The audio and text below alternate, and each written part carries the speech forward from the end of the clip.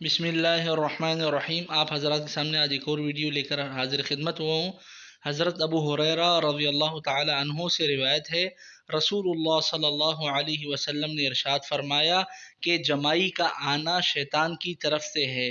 तो जब तुम में से किसी शख्स को जमाई आए तो जिस कदर हो सके उसे यानी जमाई को रोके। नबी अलैहिस्सलातु वस्सलाम का ये इरशादी गिरामी बताता है, ज़ाहिर करता है कि इंसान को जो जमाई आती है वो बज़ाहिर इंसान को लगता है कि सुस्ती की वजह से आ रही है, जबकि वो शैतान का उसमें किरदार होता है। तो इंसान को चाहिए इस हदीस पे अमल करते हुए उस जमाई को जितना हो सके रोकने की कोशिश करे।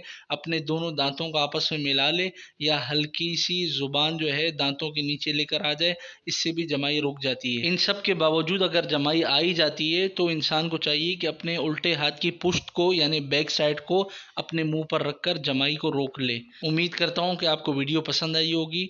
आप इसे लाजमी तौर पे आगे भी शेयर कीजिएगा और इस हदीस पर अमल करने की कोशिश कीजिएगा और इस हदीस को आगे भी फैलाएं ताकि आपको भी नेकी मिले, सवाब मिले। आपकी वजह से कोई अमल करने लग जाएगा तो आपको भी इंशाल्लाह इसका अजर मिलेगा। जज़ाकल्लाहु खैर। अस्सलामु अलैकुम वरहमतुल्लाहि वबरकातुहू।